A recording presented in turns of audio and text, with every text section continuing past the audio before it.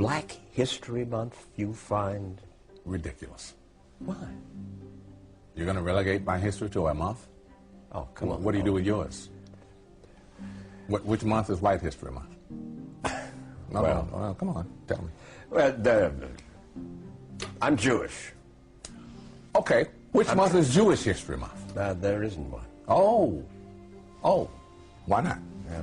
Do you want one? No. I don't either. I don't want a Black History Month. Black history is American history. How are we going to get rid of racism? Stop talking about it. I'm going to stop calling you a white man. Yeah. And I'm going to ask you to stop calling me a black man. I know you as Mike Wallace. You know me as Morgan Freeman.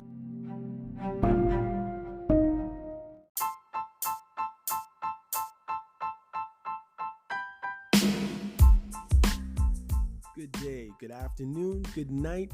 How you doing? This is MCM and you're listening to You're Probably Right. Today we are going to have a serious conversation. Well, maybe not a serious conversation, but there's going to be a serious talk happening here. Now, of course, I'm only doing the talking, but just stay tuned.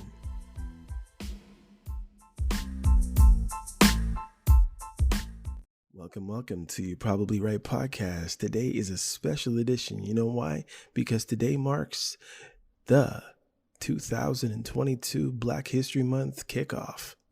Kickoff, you say? Yeah, kickoff. Okay, anyhow, here we go.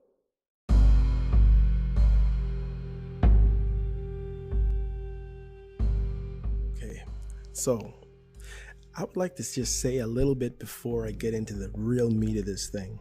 Okay, now, as some of you know, or regular listeners, that the day that George Floyd died, it was my birthday, and I was, needless to say, very upset, as were many of you from the various communities around the world. And I would like to revisit the actual YouTube video that I made back in 2020. And the reason is because it's still very, very, very necessary to say the same things in a way, maybe differently, with maybe less emotion. So you're going to listen to me basically raw and uncensored. Don't worry, I won't be swearing or saying any profanities at all, really. But some of my reaction was obviously emotions. I mean, I even talk about the masking situation at that time that I wasn't 100% on board with, and I can't really say that I am even now, 2 years later. But I just wanted to put this on my podcast because I think it is so relevant and I think it is so necessary just to hear somebody from, say, my community say something about how I was feeling at that particular time when all this went down. And you know, today is it is Monday, January 31st, 2022. And Justin Trudeau, our Prime Minister at this time, has just told us this morning that he has COVID. Today, everyone. Tomorrow is the beginning of Black History Month. Sadly, I'd like to tell you that for the last 3 or 4 years, every time we've had the beginning of Black History Month, something weird has been happening around. But I think it's just a regular thing now. It could happen any day, so I'm not really saying that it's just because it's Black History Month. I doubt that very much. Imagine it was, though. Okay, so this past weekend, I can also tell you that truckers have properly messed up the protester packed highways, blocked everything, and they've driven right up to Ottawa, to the capital of the country. And of course, sadly, Trudeau is nowhere to be found because he's hiding. I don't know who told that guy to shave his face. Anyhow, that's a whole nother story. COVID is still killing tens of people every day here in Canada at this point, and it is honestly 616 days since George Floyd's death, which was my birthday, and me, or Mr. Trudeau and myself, were both 48 at that time, both living alternate reality. Well, we're living the opposite life, let's just say. And before I get you to the actual video, I just wanted to read this statement, and I hope it doesn't offend anybody. But, this little piece here is for people of the so-called Black community. Actually, it's for anybody, really. It's just, and I'm trying to keep all emotions out of it for various reasons, which I don't want to go into because this will be a really mega long podcast, and it's already pretty long at this point. But I just wanted to read a statement that is said around the country and around most of North America now, of these situations with jobs. Now, yes, I am employed. I don't know if I would be considering myself gainfully employed, but I am employed and I have been employed. So understand that this isn't any sour grapes from me saying that I don't have and I want and I'm begging or I'm asking for help or any kind of stuff like that. But this is a statement you will read if you were applying for a job in this day and age. You will read this, and I'm going to try to do my best to block out the actual company this is from. But it says, "We believe in giving each and every applicant an equal opportunity to succeed on their own merit, and we strive to hire staff that reflect and support the diverse perspectives, experiences, and needs of our students and our communities and our customers. We remain committed to upholding the values of equity, diversity, inclusion in our living, learning, working, shopping, community environments. We know that diversity is the underpinning of our amazing society of excellence, and that we all share responsibilities for creating an equitable and diverse, inclusive place. Therefore, in pursuit of our values, we seek people who will work respectfully, and constructively, and with differences across our organization's hierarchy in actualizing the board's, the community's, the store's priorities, goals, principles outlined in our action plan to help the Black community." Okay, I put that in. I put a few things in there. "We actively encourage active applicants from members of groups with historical and current barriers to equity, including but not limited to First Nations, Métis, Inuit peoples, and all other indigenous peoples, African, Black Caribbean peoples, in alignment with anti-Black racism strategy, so on and so forth." Now, all I'm going to say to this is, how many of you out there have experienced anything different since 2020 regarding BIPOC or the Black community, if you want to say, since it is supposedly Black History Month? Like, really? And let's just say you're not in this so-called community. I dare you, and maybe it's a plan of action, I dare you to ask one of your friends. Just say, you know what, I was wondering, you as a Black person in this country, have you recognized any difference in all of the so-called plans and action plans that have been put forth at our various communities or in your job? Have you noticed any difference in society, at your workplace, in the hiring methods, or in you being picked or selected in various things that you may try to aspire to do? And see what their answer is. Anyhow, I wanted to also see how lives have changed, but I wanted to talk about a few different ways that tokenism, which I believe most of this has affected people of color. And you'll understand when I read these off, and I'm putting it out there for you to think, and I guarantee you this stuff will be relevant this year. This stuff was relevant last year, and this will be relevant probably 10 years from now, most likely. Hopefully not, but most likely. Let's see. You recruit, and this is to companies and organizations. You recruit BIPOC people to formal leadership positions, but you keep all of the power.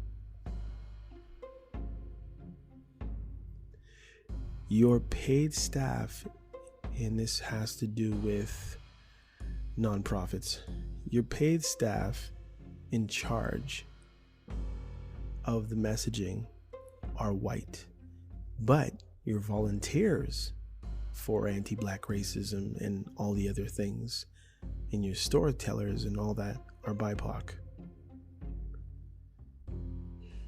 You only hire BIPOC peoples to do BIPOC stuff. You create and maintain an organizational culture that promotes a certain dominance, and it's not dominance of colored people or BIPOC people. You convene specially diverse councils, but don't bill BIPOC leadership on your main boards. So in other words, there'll be certain actions or sections that will get at the black issues, of the day.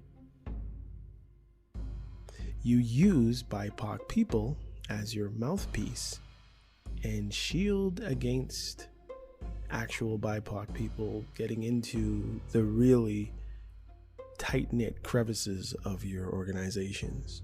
But you will put a few out for everybody to see. Kind of like how maybe a person will be talking and there'll be a couple people of color standing beside them who won't say anything. They'll just be there. Tokenism. I just want you to think about some of that stuff, and hopefully you understand where I'm going, and I'm not trying to be overly racial with this, but of course it is the beginning of Black History Month. And by the way, I would like you to know that I don't agree with having a Black History Month. So put that in your pipe and smoke it. No, I'm just joking. Don't smoke anything. All right, here we go. Last thing, I would like to apologize to any cultures or groups of people that might be offended by anything that is said in this next segment, because honestly, I can't remember everything that was said. So listen up. I know it is packed and it is good and it is profitable for people to listen to.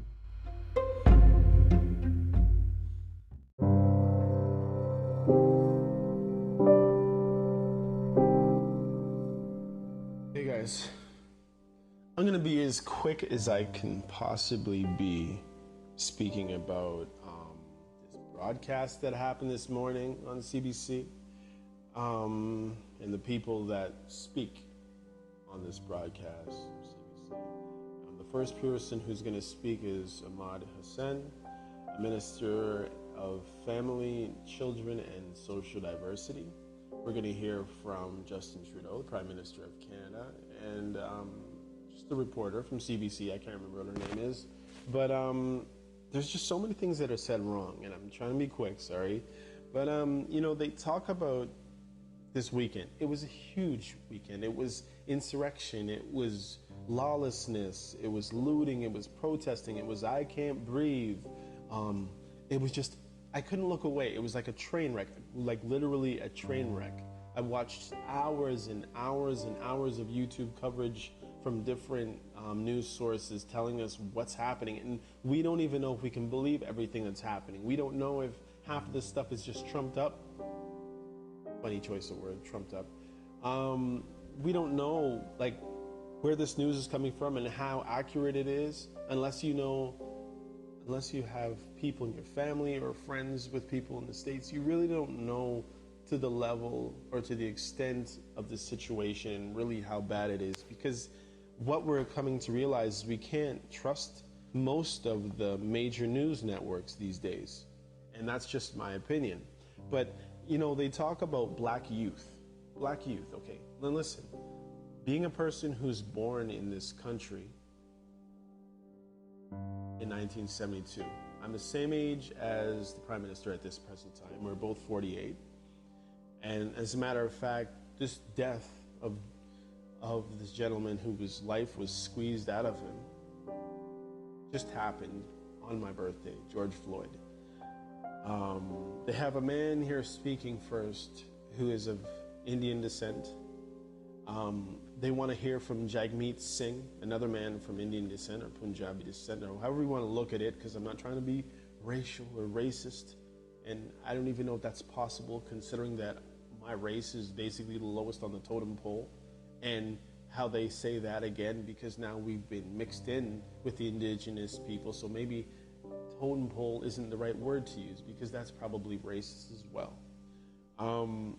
But the bottom line is, our situation cannot be defined by those people who are not subject to the situations that I am subjected to as a black person, or as an African person, or a person of African descent. But they're speaking to the youth. That guy was my age. It wasn't a 20-year-old that you saw looting the stores after all the situation happened. He was a middle-aged man, a father, a son. And they want to speak to black youth. They want to create something for black youth. You are with me. We're going to help you. We are with everybody. We're feeling your pain. All these other things. How about bring a black person up there to speak to the black community that you think is out there, this so-called black community? Don't you know that most of us live alone? We deal with the people we know, and that's it. There's no black leader in Canada telling us this or that. There's no Al Sharpton here. There's no Jesse Jackson. There's no Martin Luther King. Like, enough is enough. This is not a melting pot here. We are a diverse nation here. And we do things a lot differently. Matter of fact, what a Jamaican person would do is way different from what a Guyanese person would do, is way different from what a Nigerian would do, is way different from so many people who are in the black community would do. Our lives are our cultures are totally different. Our mindsets are totally different. Our trajectory of where we could be in a society is probably different. It could depend on your name being John Brown from your name being Ahmed Khan.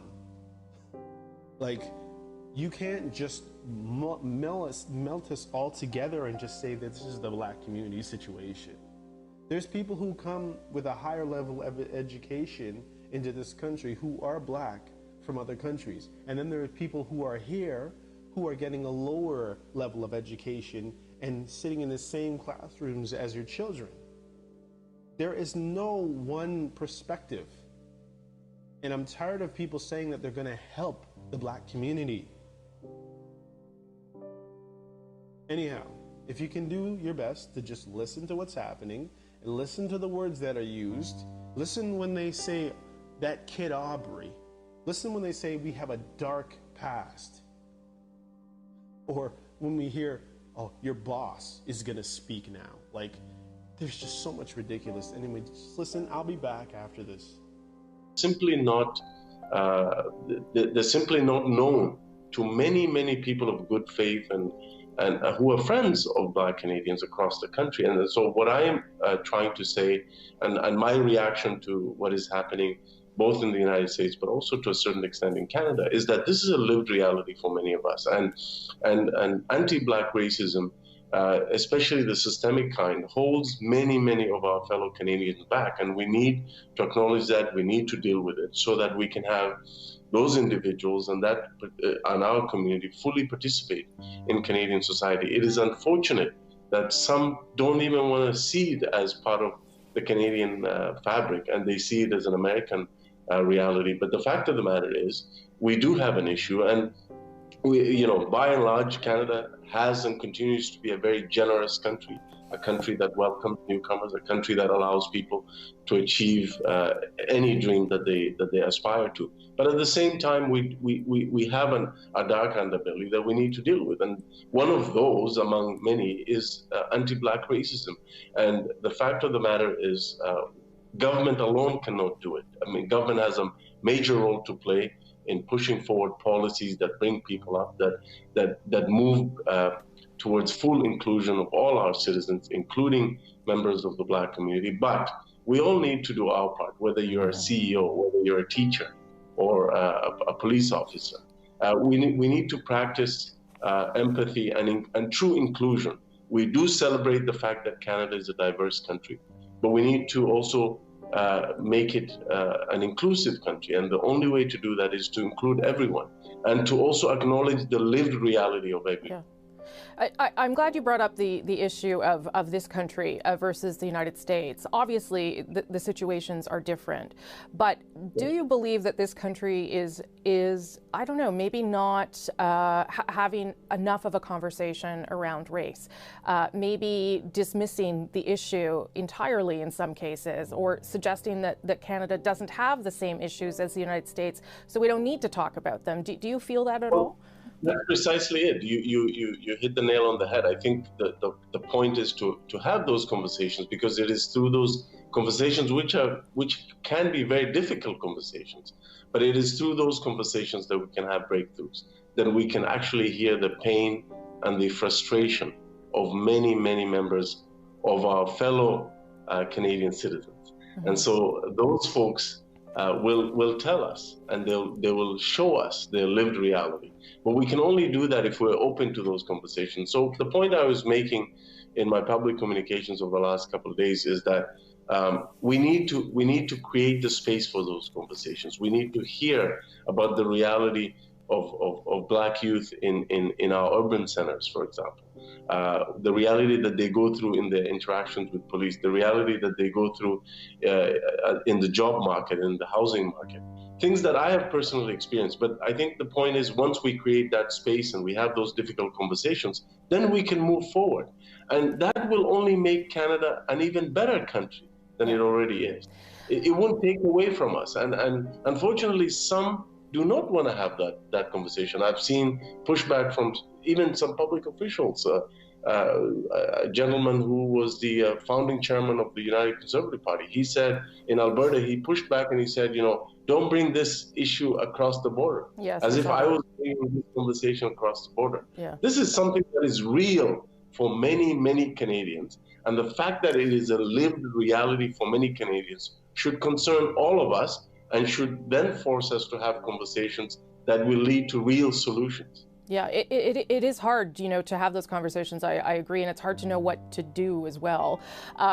Just a couple minutes before your boss, the Prime Minister, comes out, Minister, you have 3 young kids, so I don't know how aware they are of what has happened. But what are you saying to them right now? Watching the video of George Floyd being killed by a police officer is so deeply disturbing. How do you have any conversation about any of that with your kids?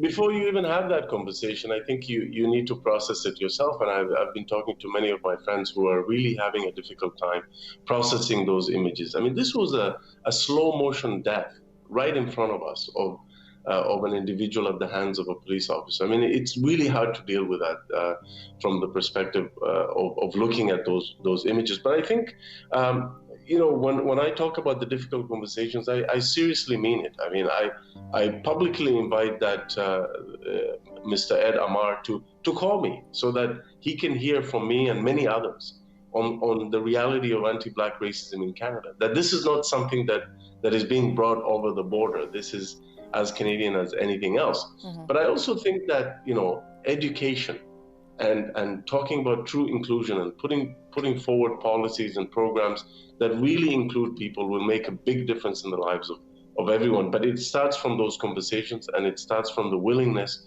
to acknowledge that something is real, that is real for so many Canadian citizens. Does it make you worried for your children, though?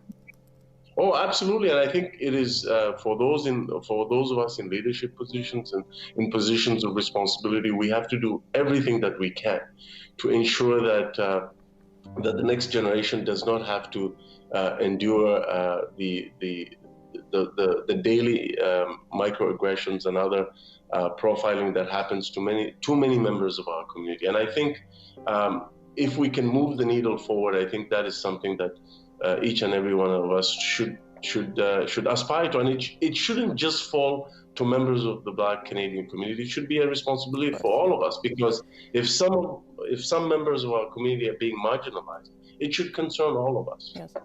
How do you do that at the cabinet table, Minister? This will be my last question. You know, you are a minority at the cabinet table in many ways too. So I would say it's very refreshing, because with the Prime Minister, we've never stopped having that conversation, and I know that he's going to address this issue head on today, and I'm very heartened by that. And secondly, I must say that among the cabinet table and in our caucus, we have, I have felt nothing but a welcoming of those of the desire to have those conversations, of the desire to continually to push ourselves to do better, because we can, there's always more work to be done to create a more inclusive society. And it's not just for Black Canadians, it is conversations around how do we do better with Indigenous peoples and other vulnerable groups. And I've found that our team collectively has had the openness and the willingness to continue to have those conversations.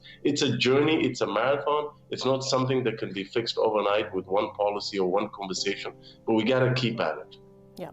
Minister, good of you to make the time and to open up that door to that difficult conversation so many of us are trying to have over the course of the past few days. Thank you very much, sir. Appreciate your time. Thank you for having me. That's Ahmed Hussein. He's the Minister of Families, Children and Social Development. He was here in Ottawa. Okay, we are standing by to wait for Minister's boss, the Prime Minister of Canada, who will be coming out his front door shortly. This awareness will be really of issues around race and policing in this country as well as in the United States. And as you heard from the Minister, the Prime Minister is set to address some of those issues in his remarks today. Maybe I'll bring in Vashi, because I didn't get your perspective on that. I know you were hosting on Friday, and he did talk about it a little bit, but the situation has even changed since Friday. Certainly not to the level that it is right now, or at least we were not witnessing exactly what we did witness over the weekend. And at the end of the press conference, unprompted, the Prime Minister talked about a lot of what you just heard Minister Hussein outline, and primarily that while we are watching this unfold south of the border, it is not an issue that is relegated only to south of the border, that in fact it is very present and very real for so many people in this country, and it is something that needs to be discussed and discussed more and with more frequency. I anticipate that we will hear something similar from the Prime Minister today. I'm not sure in the way of specifics, but I thought all your questions were, it was very interesting to hear it from Minister Hussein's perspective, and I can only imagine Minister Jagmeet Singh, who's also the leader of the NDP, addressed it earlier today. Talked about his own lived experience, and as well, I think the main issue that I walk away from listening to both of them is, as much as possible, or all the time actually, we should not be dismissing the idea that it is very present here. Just because we are not watching that video at this juncture take place here in Canada doesn't mean that it isn't the reality that so many people in this country face day in and day out. And you're right to point out that example in Toronto, where the family of that young woman is concerned about what happened to her and if race was a motivating factor. They don't have any conclusions, but those questions at this point are very much being raised. And this happened just, in the middle of last week in Toronto. So certainly I walk away thinking to myself a lot about the presence of that issue right now for so many people in this country. And that is what we are hearing echoed by politicians very frequently at this point as well. Yeah, and certainly we've talked about over the course of the past couple of months now, how issues are often exacerbated during the pandemic, and problems that were that existed and we all maybe were aware of have been laid bare in a different way. And I only make that point because in the case of George Floyd, he had been laid off because of the pandemic at a restaurant.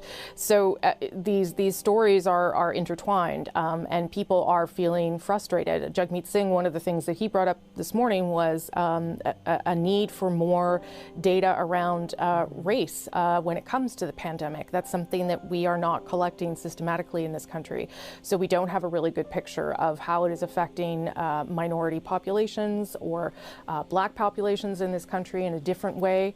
We have a bit of a picture on the island of Montreal, but we certainly don't have a complete picture. We have a bit of a picture in Toronto, but that too sort of shows that if you don't pay attention to how it's affecting different communities, you're probably not going to address some of these problems directly. And some of that is because they are in communities where it's poorer, or they're having a harder time, or there's more people living together. And those things too help you address the underlying problems of racism, David. That's a whole bunch of things I just threw at you. But I do think the pandemic and race and things that we're seeing in the United States are connected. A lot of people who are out protesting are out of work because of the pandemic, and they feel devalued, and they're worried about things, and all these things start to become, just a really sad reality for many people. Yeah, there is an unwavering inequality across society, and first I'm going to acknowledge that look, I'm a middle-aged, middle-class white guy who grew up in St. John's. I cannot speak to the lived experience of any racialized Canadian, and please do not take any of what I'm about to say as an attempt to do that. But there is an inequality that most of us who are privileged and comfortable can ignore in normal times, because we go about our daily lives and things are fine and it doesn't intrude into our consciousness in a significant way. The pandemic has disrupted everybody's daily life and, as you said, laid bare a lot of ongoing festering issues in society, from the treatment of the poor to the aged. What we're seeing with black Americans in particular right now in the United States, and it's coming at a time when people have been locked down, economically vulnerable. There's a healthcare vulnerability in the United States that does not exist in Canada to the same degree because of the private corporate nature of the healthcare system and people being unable to afford care or being denied care. Mm-hmm. And then a sequence of deaths, because there was the young Aubrey kid in Georgia, yep. Who was also hunted down. Allegedly by people, we've seen the videotape, by people because he was going for a jog in a neighborhood. So, I was watching some CNN last night, and they did about a 5-minute sequence of all of the cop killings of unarmed, predominantly black men over the last series of years. And when you stack them all together, it really reinforces just how significant the problem is. So the Prime Minister is going to try to address this in some way when he comes out.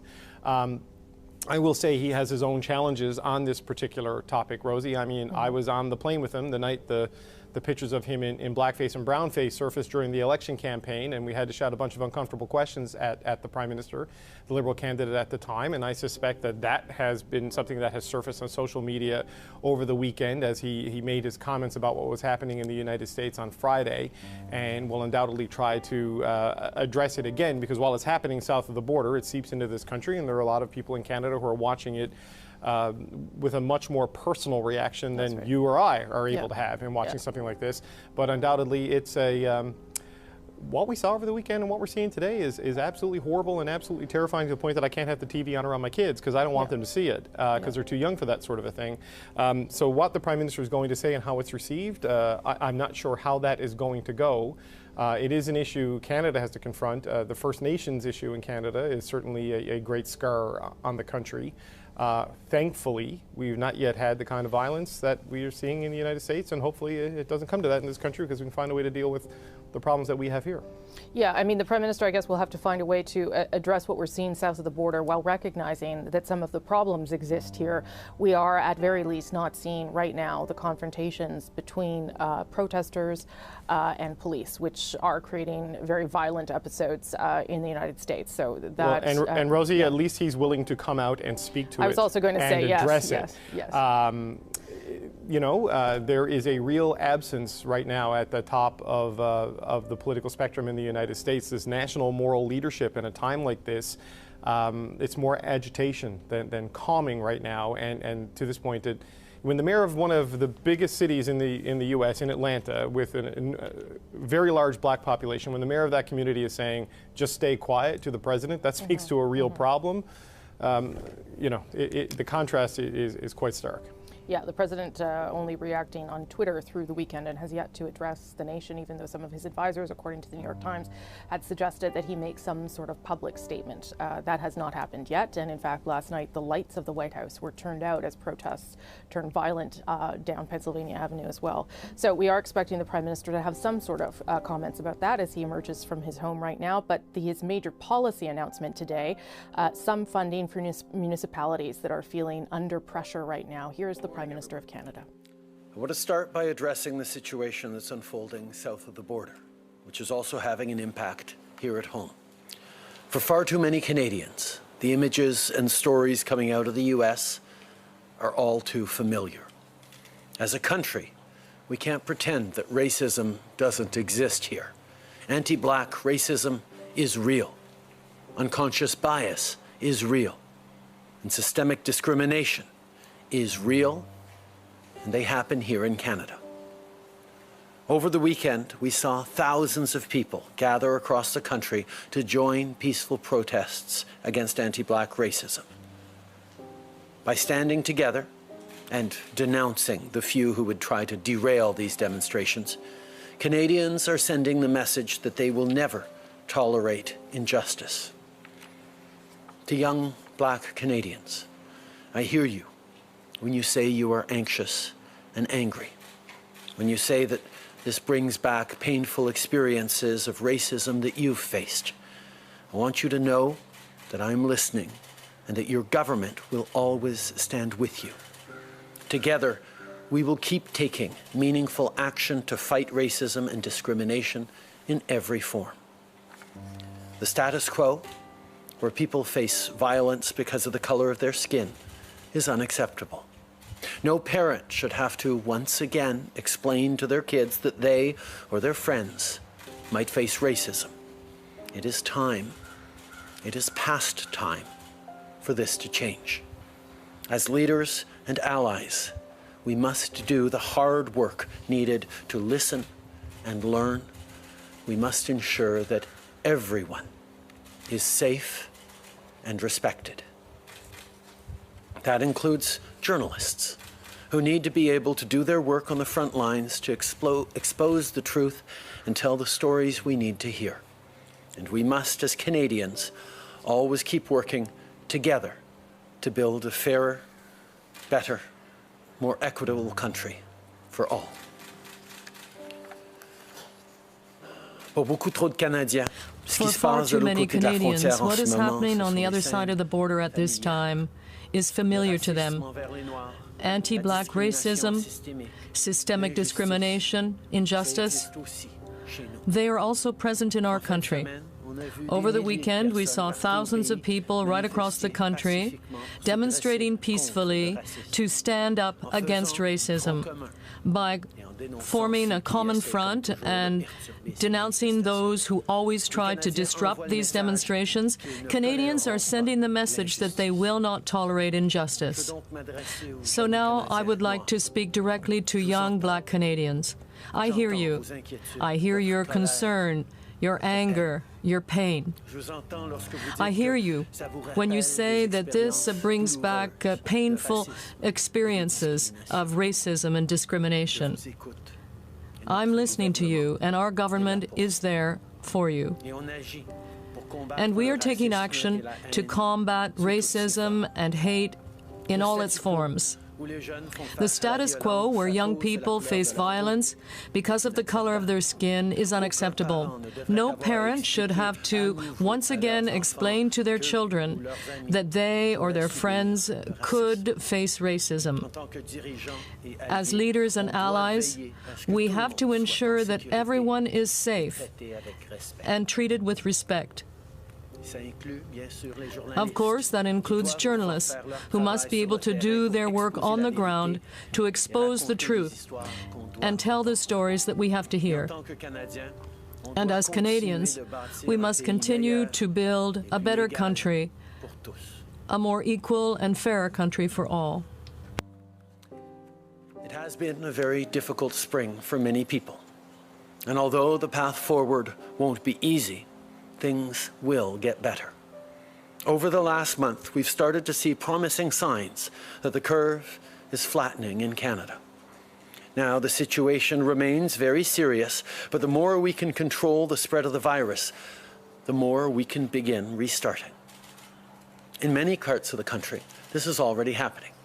In others, where the situation remains more uncertain, steps are being taken more slowly. Every province and territory will have its own approach. But as we move forward with restarting the economy, we must keep working together. On Thursday, as part of our weekly call, I spoke to the premiers about collaboration on the path ahead. I'm working closely with them, just like with mayors and other leaders, on what this approach should include, because there are a whole range of issues that will require us to take action together. As I've said before, to keep Canadians safe, to give businesses the confidence to reopen their doors, and people the confidence to walk through those doors, we need to cooperate on countrywide testing and contact tracing.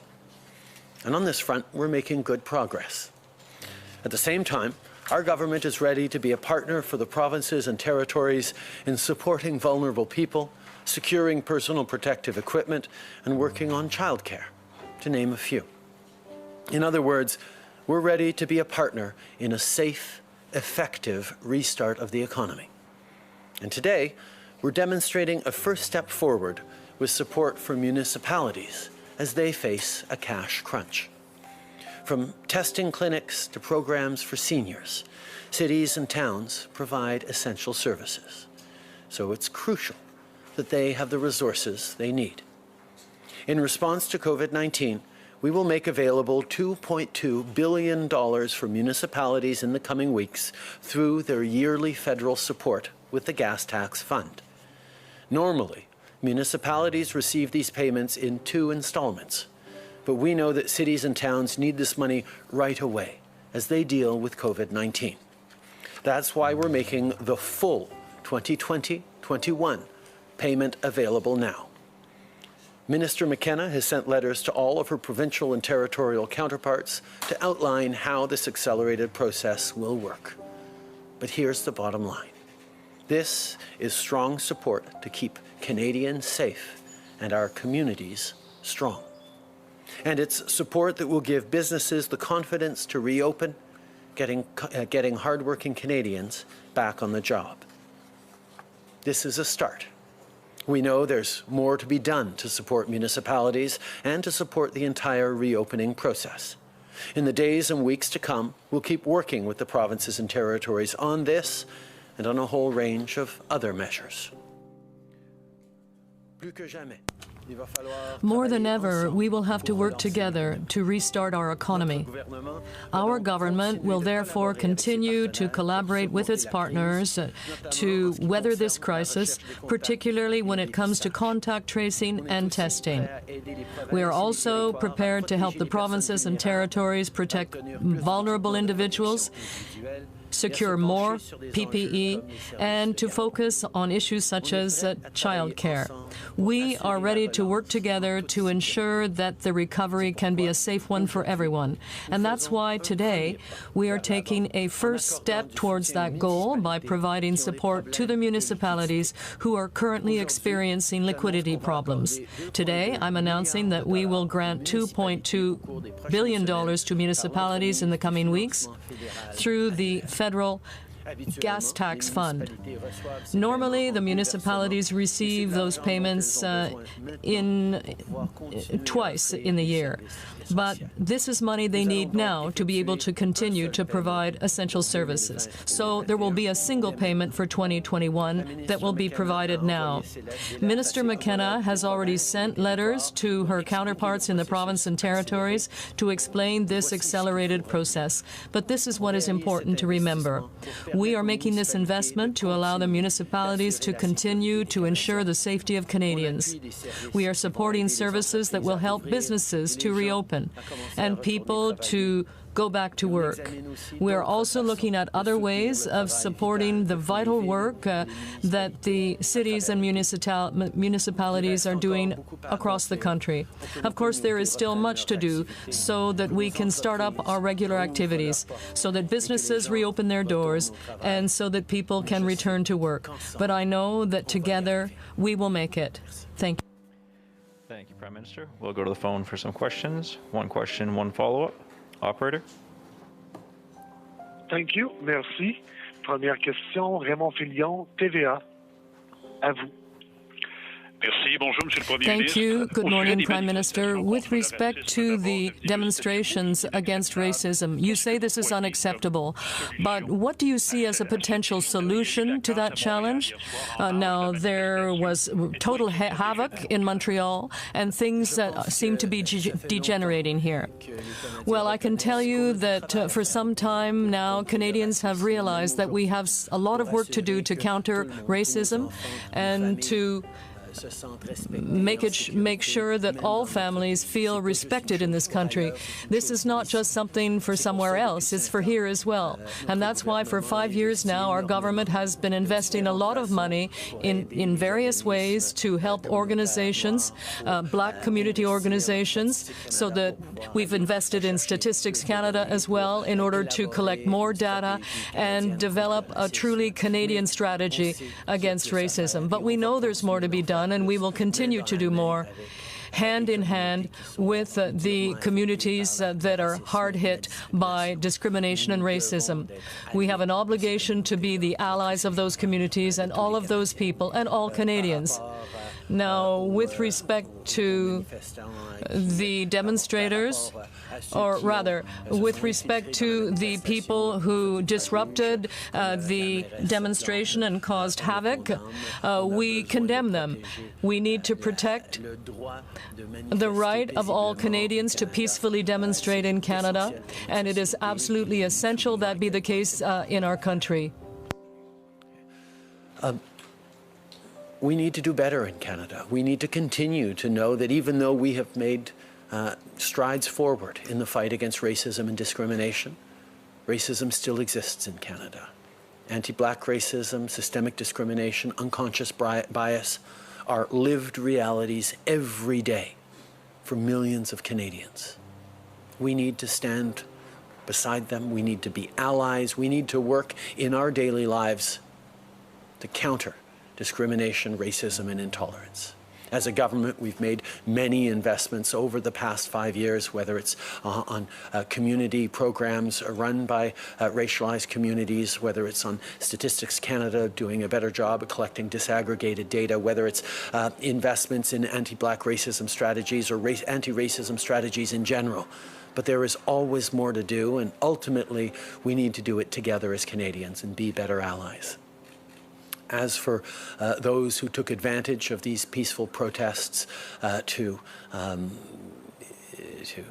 do significant damage to communities and stores, as we saw in Montreal, we have to condemn those actions strongly.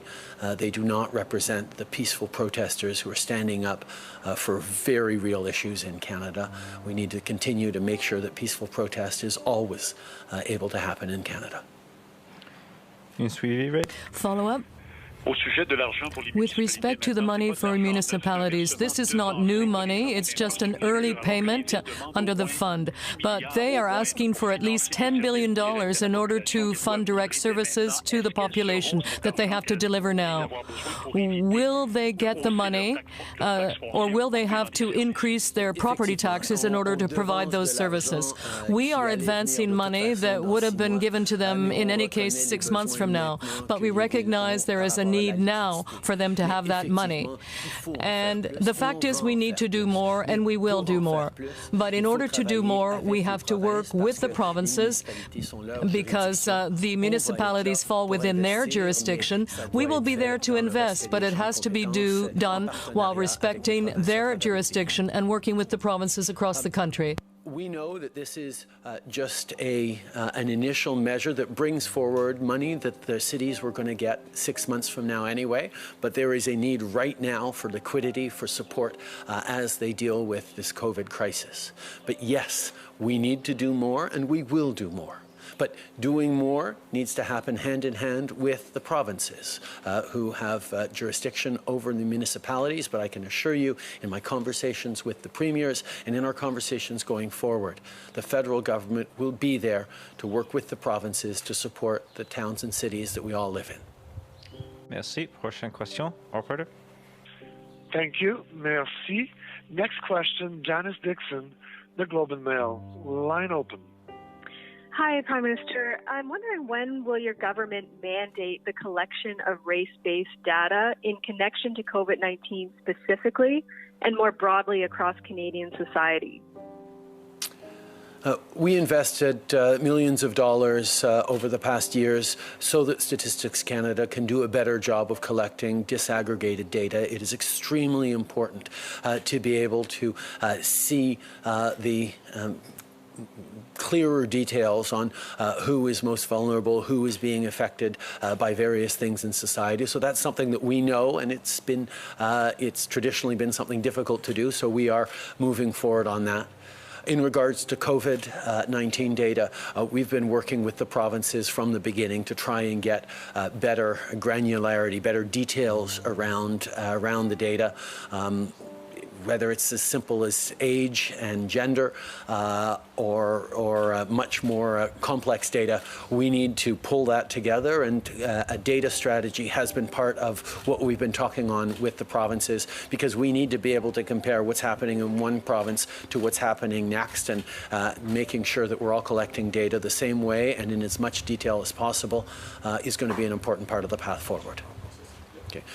For a number of years now, we have been investing in data collection by Statistics Canada in order to better determine the differences and in order to better respond to the challenges a number of communities are facing.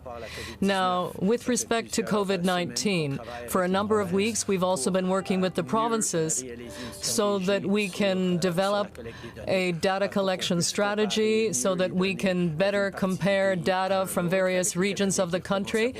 With Canadians starting to travel, that will be important, but also more data on the communities that are more affected by COVID-19. Yes, and on the G7 meeting, Donald Trump has said it will be postponed to the fall. Are you planning on attending, and do you support the U.S. proposal to expand the group to include Russia?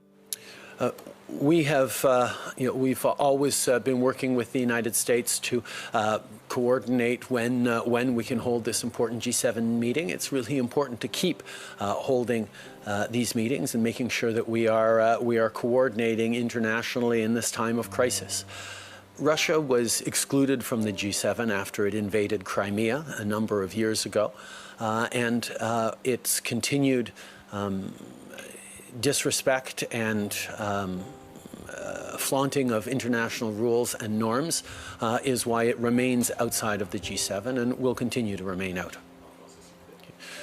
c'est important d'avoir des occasions It's pour se important to have rassembler. opportunities to get together as countries and as world leaders to talk about the healthcare crisis and the economic crisis and to work together. And we will continue to work with the Americans on the details of the G7 meeting.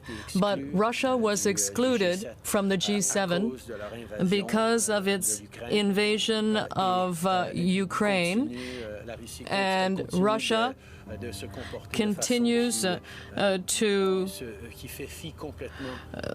completely flout international standards and norms. So it would not be acceptable for Russia to get back into the G7. Thank you. Merci. Prochaine question, Benjamin Vacher, TFO. À vous. Good morning, Prime Minister. With respect to the letters to the municipalities, you have said that you are giving them $2.2 billion, but the Federation of Canadian Municipalities has asked for $10 billion. So do you think that they will see that as being adequate? Well, we respect provincial jurisdiction as set out in our Constitution. We are working with the provinces to figure out the best way of helping the municipalities. But even though it doesn't fall within our jurisdiction, we have money to help the municipalities. We are now giving them that liquidity, and it won't be enough. There will be more needed, and we are waiting to hear from the municipalities, and we will be working with the provinces and hope that the provinces will be good partners with the municipalities and the federal government. Now, what about the request being made by the provinces? You say that this is just a first step. What form could the next types of support take? What are you looking at specifically? Well, we will be talking to the provinces about the best way to help the municipalities. We know very well that there are a number of municipalities are having major problems with transit. They need to add more buses and more cars because people have to keep a proper distance from others. And this is because of COVID-19, of course. So they're in a cash crunch right now, and that's why we're looking at this with the provinces, and we will all be working together on this. One more question on the phone, operator. Thank you. Merci. Next question, Jim Bronskill, the Canadian Press. Line open. Mr. Bronskill. Good morning, Prime Minister.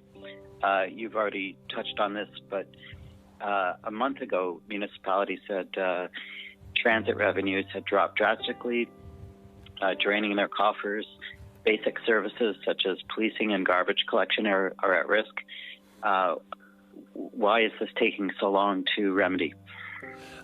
We have been a great partner to municipalities as best as we could over the past years in various situations, in various crises, including through the gas tax transfer. We know how important our cities and towns are to the success of Canadians, to the success of our country's economy. That's why we are working with the provinces on figuring out ways that municipalities can be helped. We respect the Constitution that says that it is to provinces to manage and fund municipalities. But at the same time, we've looked for ways where we can make direct contributions to the municipalities, including through the gas tax transfer. That is something that we've moved forward today, so we can give more money more quickly to the cities, but we need to do more, and on that we will continue to work with the provinces and encourage the provinces to step up in helping cities. And a follow-up, Jim? In Canada, the legacy of racism against Indigenous peoples weighs heavily, as you know.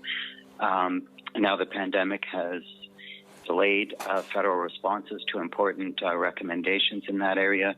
Is there a danger that some of these federal responses will simply slip away given other pressures and priorities now? No relationship is more important to my government than the one with Indigenous peoples. We have taken significant steps towards reconciliation over these past 5 years, but there is much more to do. We are working in partnership with Indigenous leadership, with Indigenous communities, with Indigenous peoples across this country.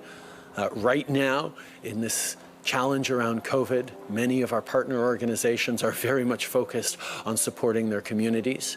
We continue to work on the strategy to fight gender-based violence and respond to the missing and murdered Indigenous women and girls inquiry.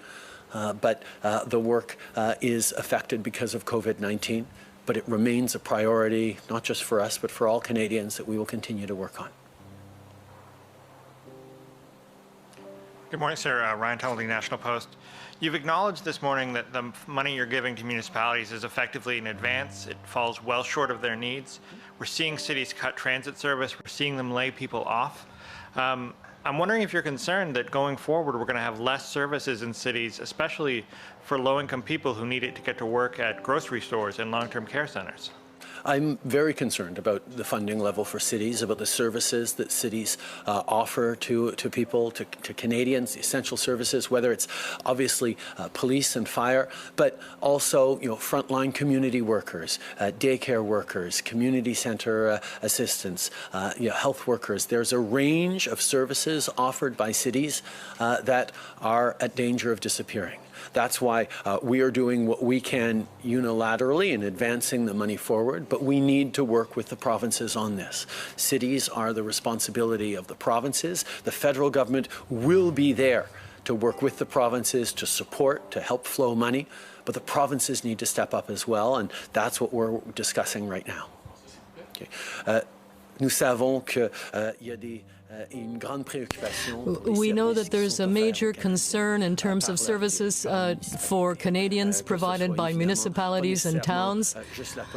And we're not just talking about fire services or police, but community services, childcare services, a presence on the ground. And often it's the towns and cities that are threatened without enough money. So we will do everything we can to ensure that we flow that money to them. We've advanced the payment now, but we have an obligation to work respectfully with the provinces, and we will do that. But we need the provinces to be there with us as well to help the municipalities. You've invoked provincial jurisdiction several times this morning, and the answer, did provincial premiers on your call last Thursday object to the notion of you giving money directly to cities? We have always respected the Constitution in this country. I think premiers and the federal government have always understood we can work together on lots of areas that cross jurisdictions, and we will always do that in a respectful way, working in partnership for the Canadians who, regardless of the order of government, we all collectively serve. Bonjour, Monsieur Trudeau. Louis Blouin, Radio-Canada. Louis Blouin, Radio-Canada. You have talked about the work carried out by the provinces. Can you tell us where the blockage is? Is it the provinces that are dragging their feet? And can you be more specific? Do they not want you to be imposing conditions on them? But they've made that request a long time ago, over a month and a half ago. We're continuing to work with the provinces on this. There are a number of provinces that are dealing with various challenges associated with COVID-19, and there are different perspectives on the federal government intervening in their area of jurisdiction, but we are respectful of their responsibilities, and we understand that the federal government has a bit more fiscal latitude than the provinces, and thus we think it's important that we be there to provide support so that our economy can reopen safely in the cities and towns of this country. Now, with respect to the tensions in the United States, we're seeing that President Trump's comments have not eased people's anxiety, quite the opposite, since this began. Are you concerned that this will simply exacerbate the situation? And how should a world leader intervene or respond in a situation such as that? Well, I can't speak for other countries, but in Canada, we must come together there. And whether we're talking about federal or municipal or provincial leaders, we have to be there to listen and understand that even though we have made progress in recent years and recent decades, there's still a lot that needs to be done.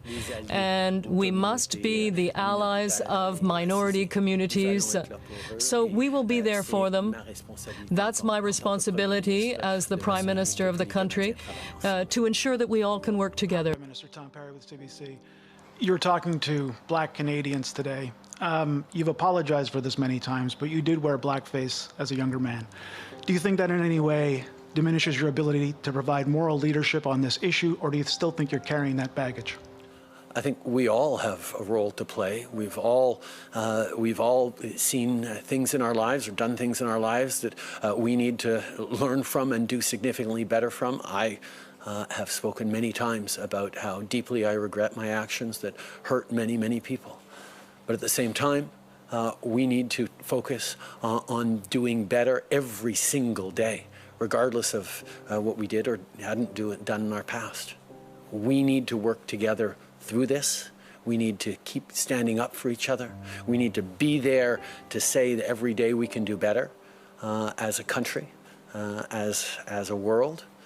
And I will be part of that. I will continue to be an ally to minority communities, to racialized communities across this country and around the world.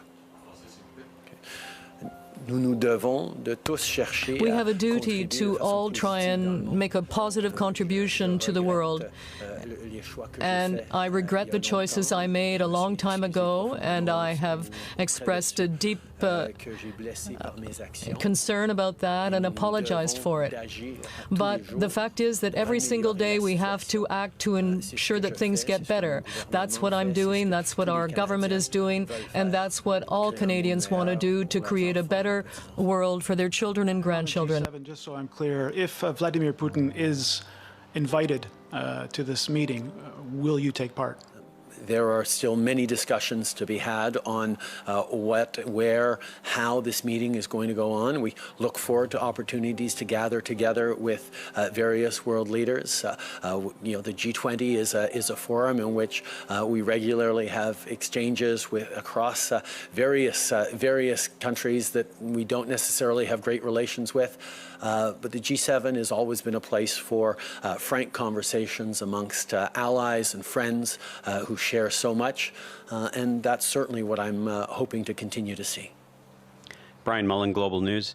Prime Minister, a follow-up on collecting national data about how COVID-19 is impacting people along socio-demographic lines. Do you have an idea when this national data might be available, and explain how significant social determinants like race are on a person's vulnerability during this outbreak?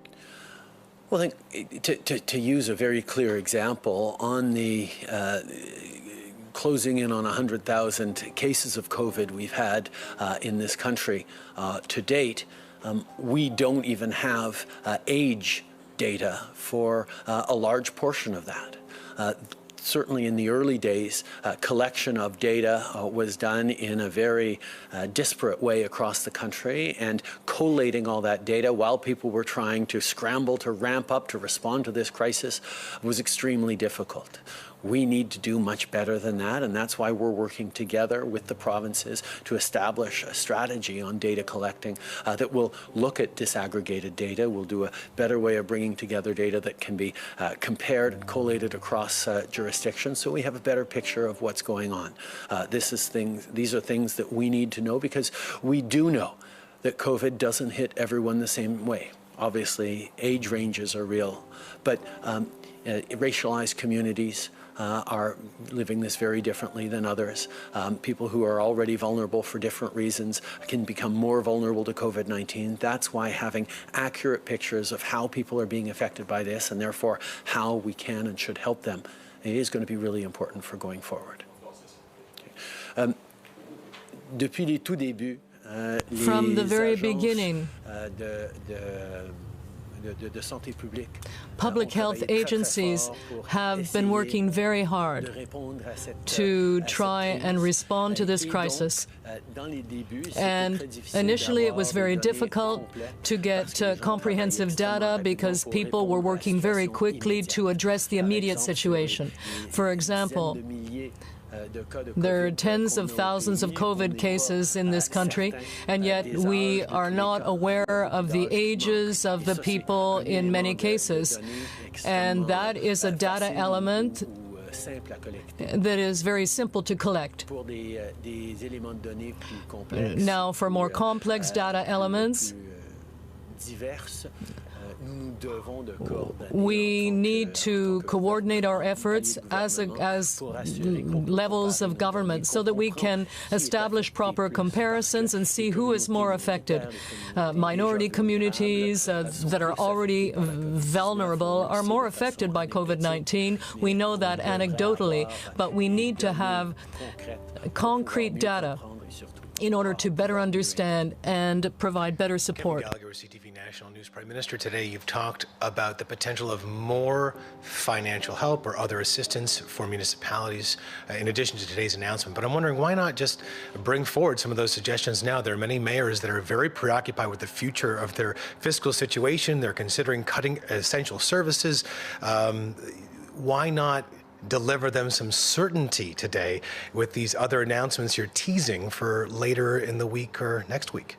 Because further announcements will require cooperation and partnership with the provinces who have jurisdiction over municipal funding. We need to work with the provinces on this, which is something we are doing and have been doing for a number of days now. Merci beaucoup tout le monde. All right, that is the Prime Minister of Canada on this Monday giving his regular briefing to Canadians on the government's response to COVID-19, but also addressing the many protests and rallies that we saw across the United States yesterday and through the weekend, and a couple here in Canada as well in some of our major cities, saying that for far too many Canadians, the images and stories... Justin Trudeau, sorry. Everybody's talking about the systemic word, systemic racism. And we know that systemic means, or it's related, if you do a Google search, it'll just basically come up. I'm not going to go to any weird, funny sites. I'm going to speak it as it is. Relating to a system, especially as opposed to a particular part. So it lets you know that the whole system is basically focusing and pushing out or ostracizing or limiting what a certain part of the system or the national public can do. So in other words, there may be certain advantages that certain people may have over others, and there are certain things put in place that will stop a certain part of our society from prospering, basically, in different ways. I know that we keep hearing these words all the time, but what do they really mean? I mean, I work at a place where on the first day of Black History Month this year, we were all gathered together to talk about Indigenous struggles and problems. And sure, we should definitely talk about Indigenous problems, but I don't know if that was the day for it. If Black History Month is so important, why did we pick that particular day and totally ignore Black History Month at a company that is run by the government? That's a whole nother story. Was that right or was that wrong, or is it okay? For a long time, yes, Indigenous struggles and problems and issues in this country have been ignored by some. But I think there's time and place for everything.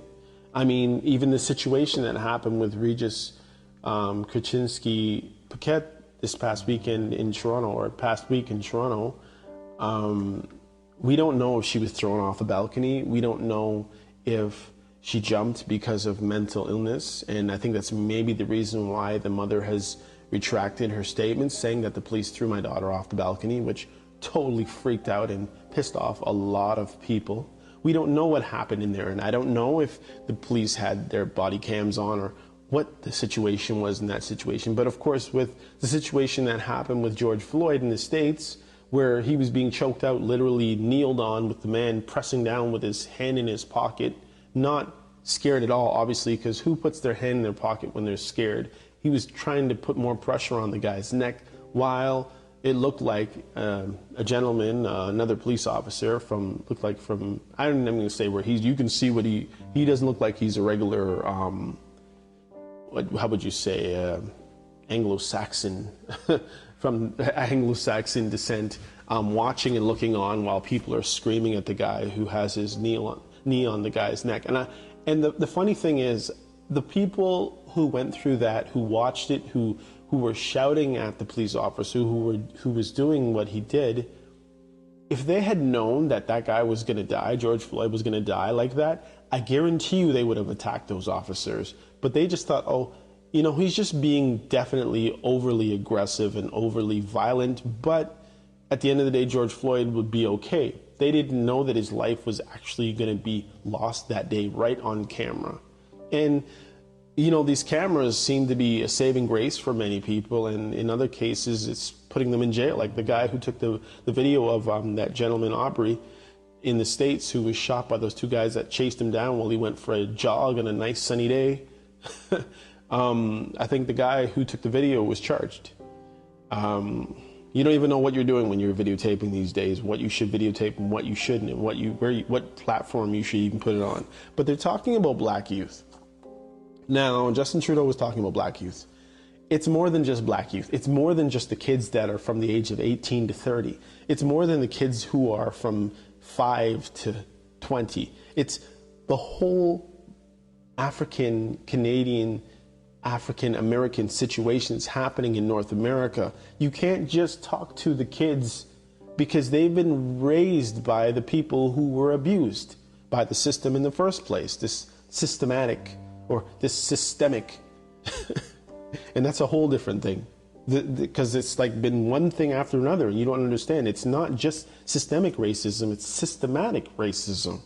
It's the situation. If you look at the word, Google the word systematic and see the first one, which I read, and then you can read the second one. It's kind of funny how it applies in this situation where it talks about denoting the part of the circulatory system concerned with the transportation of oxygen and to end carbon dioxide from the body in general, especially as distinct from the pulmonary part concerning with the transportation of oxygen from and carbon dioxide to the lungs. And hence the gentleman saying, "I can't breathe," was totally ignored by the officer kneeling on his neck. But you think about the different things that happen, like, okay, great. Justin Trudeau likes to say, we are there for you.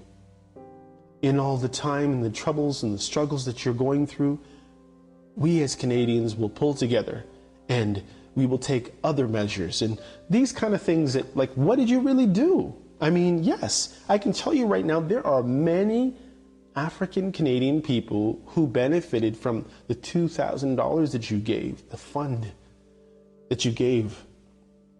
But many of those same people don't know that you're going to be taxing that money afterwards.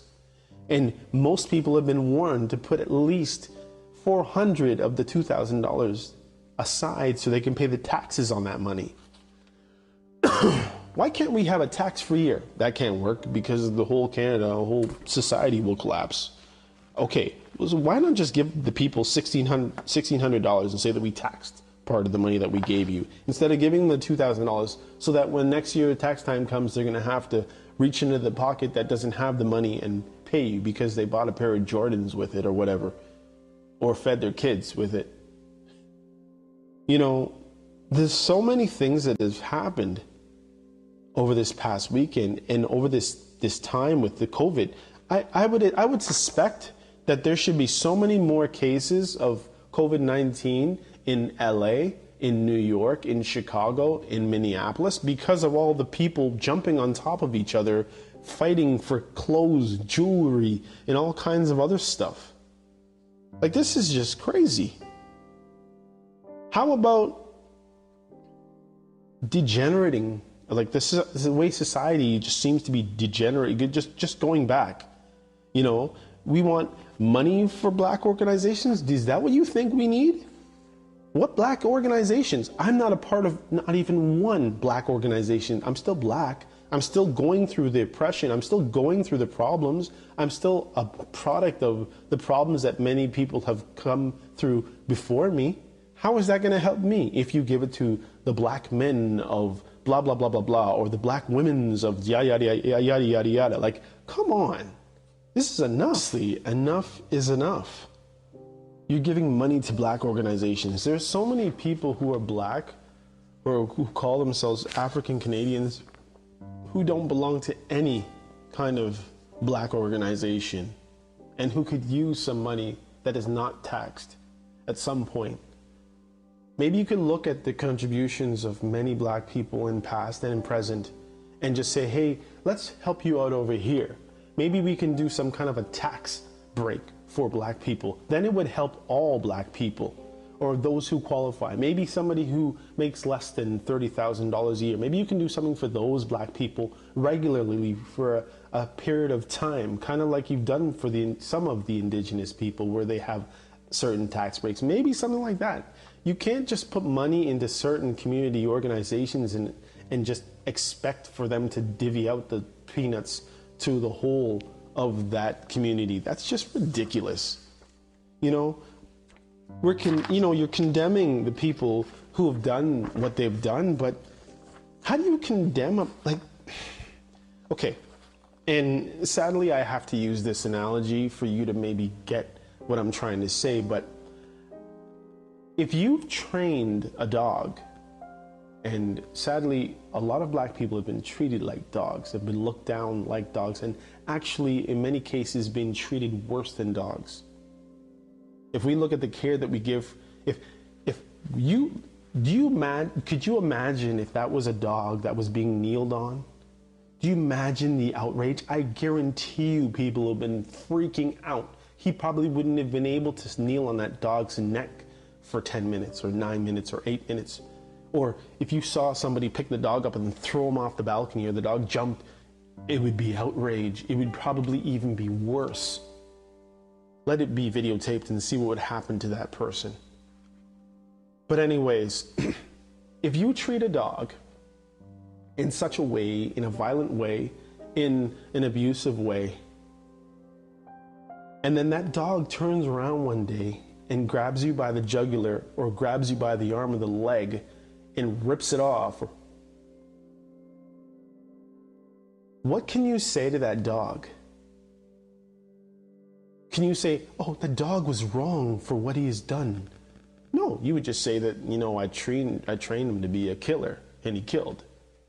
Well, do you think that maybe holding back many things in society from black people have caused the young ones to just think that they need to go and get their so-called reparations from the stores and grab all the Michael Jordan shoes they can find, or grab all the Kanye West shoes they can find in Adidas?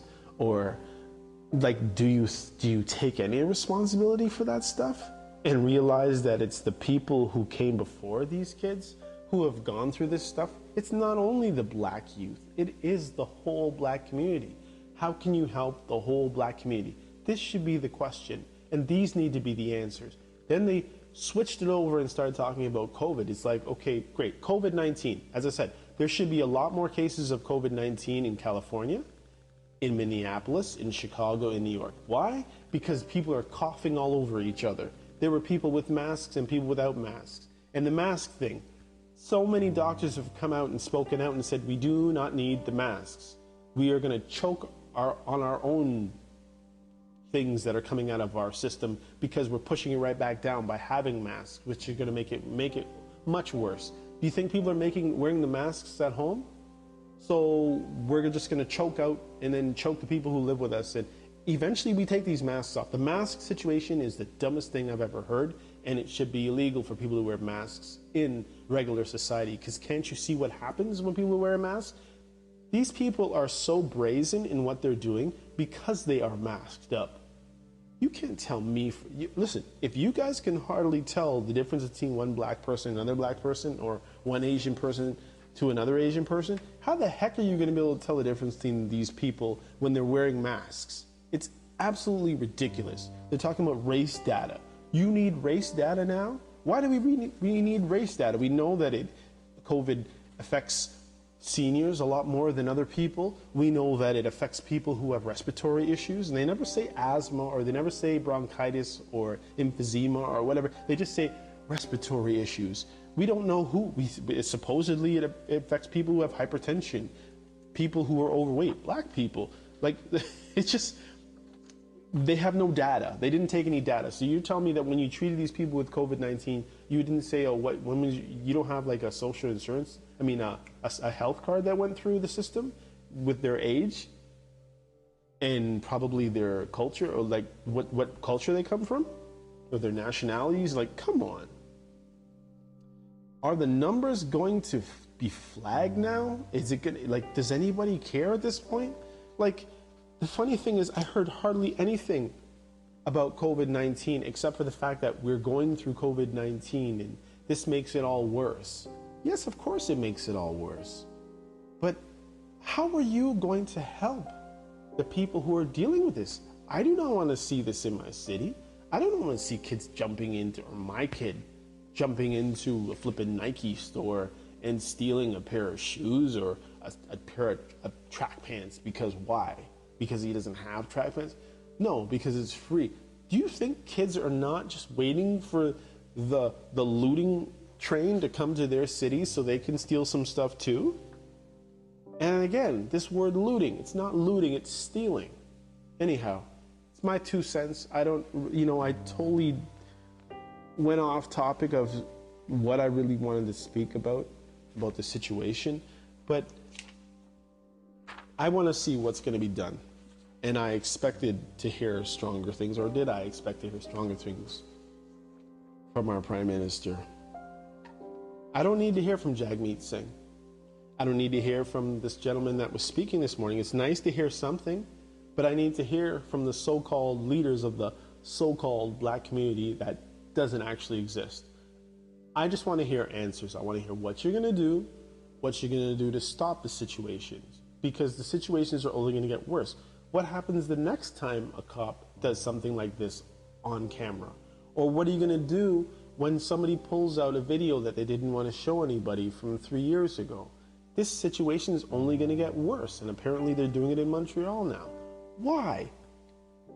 I'm going to speak to the people now of my supposed black community. Guys, you don't need another pair of Jordans. You don't need another pair of ripped jeans. You don't need another gold watch. We need our society to get back.